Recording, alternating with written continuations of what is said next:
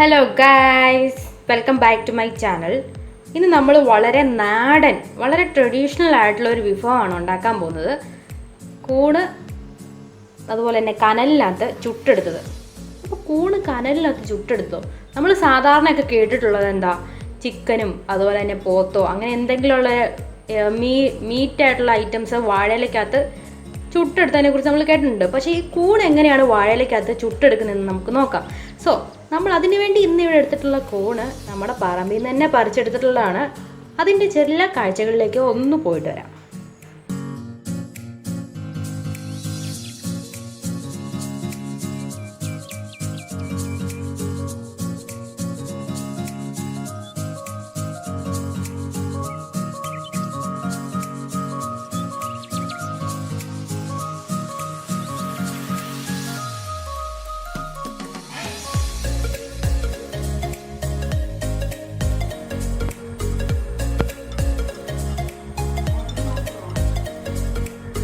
കണ്ടില്ലേ, വളരെ നാടൻ കൂണ് നമ്മുടെ പറമ്പിലൊക്കെ ഉണ്ടാകുന്നത്. ഇതിന് പ്രധാനമായിട്ട് നമ്മുടെ നാട്ടിലൊക്കെ പറയുന്നത് ഉപ്പൂണെന്നാണ്. ഒട്ടും വിഷാംശമോ ഒന്നുമില്ലാത്ത നമ്മുടെ പറമ്പിൽ ഉണ്ടായിരിക്കുന്ന വളരെ ഫ്രഷ് ആയിട്ടുള്ള കൂണാണ്. അപ്പോൾ അതിൻ്റെ മെയിൻ ഇൻഗ്രീഡിയൻസ് എന്തൊക്കെയാണെന്നൊന്ന് നോക്കിയിട്ട് വരാം. 2 പച്ചമുളക് എടുത്തിട്ടുണ്ട്, ഒരു കുറച്ച് ഉള്ളി എടുത്തിട്ടുണ്ട്, അതുപോലെ തന്നെ നമുക്ക് ആവശ്യത്തിന് തേങ്ങ, ഞാനിപ്പോൾ ഒരു കപ്പോളം തേങ്ങ എടുത്തിട്ടുണ്ട്, അതുപോലെ തന്നെ മഞ്ഞൾപ്പൊടി എടുത്തിട്ടുണ്ട്, പിന്നെ കറിവേപ്പില, ആവശ്യത്തിന് ഉപ്പ്. ഇത്രയും ഐറ്റംസാണ്, വളരെ കുറച്ച് ഐറ്റംസ് മതി നമുക്ക് വാഴയിലേക്കകത്ത് നമ്മുടെ കൂണ് ചുട്ടെടുക്കുന്നതിന് വേണ്ടി. അപ്പോൾ ഇനി നമുക്കത് എങ്ങനെയാണ് ചെയ്യുന്നത് നോക്കാം. അപ്പോൾ അത് ചെയ്യുന്നതിന് മെയിനായിട്ട് വേണ്ടത് എങ്ങനെയാണെന്ന് വെച്ചാൽ, നമുക്കൊരു മിനിമം ഒരു 4 അല്ലെങ്കിൽ ഒരു 5 വാഴയില വേണം. ഞാനിവിടെ ഒരു 5 വാഴയില എടുത്തിട്ടുണ്ട്. നമ്മൾ ഈ വാഴയിലേക്കകത്ത് ആണ് നമ്മളുടെ കൂണിൻ്റെ ആ ഒരു മിശ്രിതം സെറ്റ് ചെയ്ത് വെക്കുന്നത്. സോ അതിന് എങ്ങനെയാണ് ഇനി ഉണ്ടാക്കുന്നതെന്ന് നമുക്ക് നോക്കാം. ഇനി ഇതിൻ്റെ അടുത്ത സ്റ്റെപ്പ് എന്ന് പറഞ്ഞാൽ, അതായത് ഇതിൻ്റെ ഫസ്റ്റ് സ്റ്റെപ്പ്, നമ്മൾ എടുത്ത് വെച്ചിരിക്കുന്ന തേങ്ങയും അതുപോലെ തന്നെ പൊളിച്ച് വെച്ചിരിക്കുന്ന ഉള്ളി, പച്ചമുളക്, അതുപോലെ തന്നെ കറിവേപ്പില, പിന്നെ ഒരു 1/4 ടീസ്പൂൺ മഞ്ഞൾപ്പൊടി, ഇതെല്ലാം കൂടെ നമ്മൾ പ്ലേറ്റിലെടുത്ത് വെച്ചേക്കുവാണ്. ഇത് നമുക്കിനി അരകല്ലിൽ വെച്ച് ഒന്ന് ചതച്ചെടുത്തുകൊണ്ട് വരാം. നമ്മൾ കല്ല് വെച്ച് ചതച്ചെടുത്തുകൊണ്ട് വെച്ചിട്ടുണ്ട്. ഇനി അതിൻ്റെ അടുത്ത സ്റ്റെപ്പ് എന്ന് പറഞ്ഞാൽ, കൂണും അതുപോലെ തന്നെ ആവശ്യത്തിന് ഉപ്പും ഈ ചതച്ചെടുത്തുകൊണ്ട് വന്നേക്കുന്നതിൽ ചേർത്തിട്ട് ഒന്ന് മിക്സ് ചെയ്തെടുക്കണം. നമ്മൾ കൂണും അതുപോലെ തന്നെ ആവശ്യത്തിന് ഉപ്പും ഇട്ട് ആ അരപ്പിനകത്ത് നല്ലതായിട്ട് മിക്സ് ചെയ്തെടുത്തിട്ടുണ്ട്. ഇനി അടുത്ത സ്റ്റെപ്പ് എന്ന് പറഞ്ഞാൽ, ഞാൻ നേരത്തെ കാണിച്ചു, ഇവിടെ 5 വാഴയില ഞാനൊന്ന് തീക്കകത്ത് വാട്ടിയെടുത്ത് വെച്ചിട്ടുണ്ട്. തീക്കകത്ത് വാട്ടുന്നത് നിങ്ങൾക്ക് അറിയായിരിക്കും.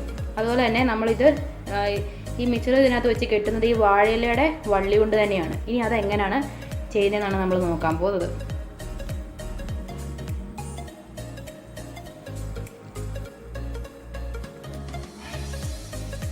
ഇനി നമ്മൾ ഇത് വാഴയിലേക്കകത്ത് പൊതിഞ്ഞ് അതിൻ്റെ വള്ളി കൊണ്ട് തന്നെ നമ്മൾ കെട്ടാൻ പോവാണ്.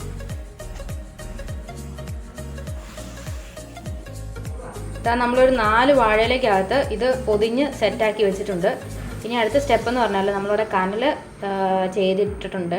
അപ്പോൾ ഇത് നമ്മൾ കനലിനകത്ത് ആദ്യം വെച്ചതിന് ശേഷം അതിൻ്റെ പുറത്തോട്ട് നല്ല ചൂട് ചാരം കൊണ്ട് മൂടിയതിന് ശേഷം അതിൻ്റെ പുറത്ത് നമ്മൾ കനലിട്ട് മൂടും.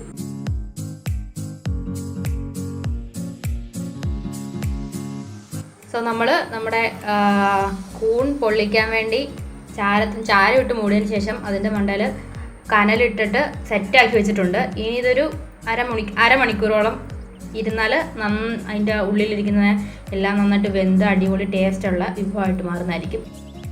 ഇപ്പോൾ അത് അരമണിക്കൂറായിട്ട് കനലിനുള്ളിൽ കിടക്കുകയാണ്. ഇപ്പോൾ നല്ല വെന്ത് നല്ല സെറ്റായി കാണും. ഇനി നമുക്കതെല്ലാം മാറ്റിയിട്ട് അതിനുള്ളിൽ നിന്ന് അത് പുറത്തെടുക്കാം.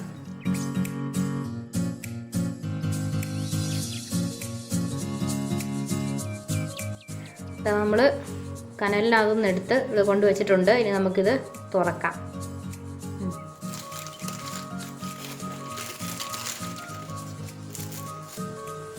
നല്ല വെന്ത നല്ല അടിപൊളി മണമൊക്കെ വരുന്നുണ്ട്.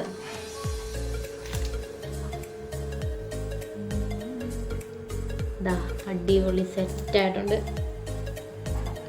നല്ല മണം വരുന്നുണ്ട്.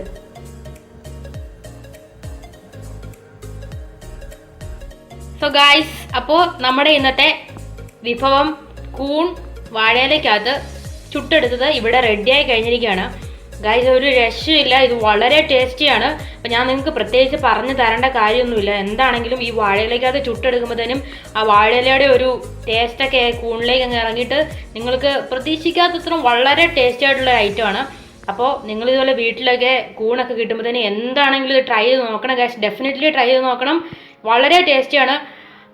സോ എൻ്റെ ഈ ചെറിയ വീഡിയോ നിങ്ങൾക്ക് വളരെയധികം ഇഷ്ടമായെന്ന് എനിക്കറിയാം. ഇഷ്ടമായെങ്കിൽ ലൈക്ക് ചെയ്യുക, ഷെയർ ചെയ്യുക, സബ്സ്ക്രൈബ് ചെയ്യുക. അതുപോലെ തന്നെ തൊട്ടടുത്ത് കാണുന്ന ബെല്ലൈക്കൺ കൂടി ഒന്ന് പ്രസ് ചെയ്തേക്കണം.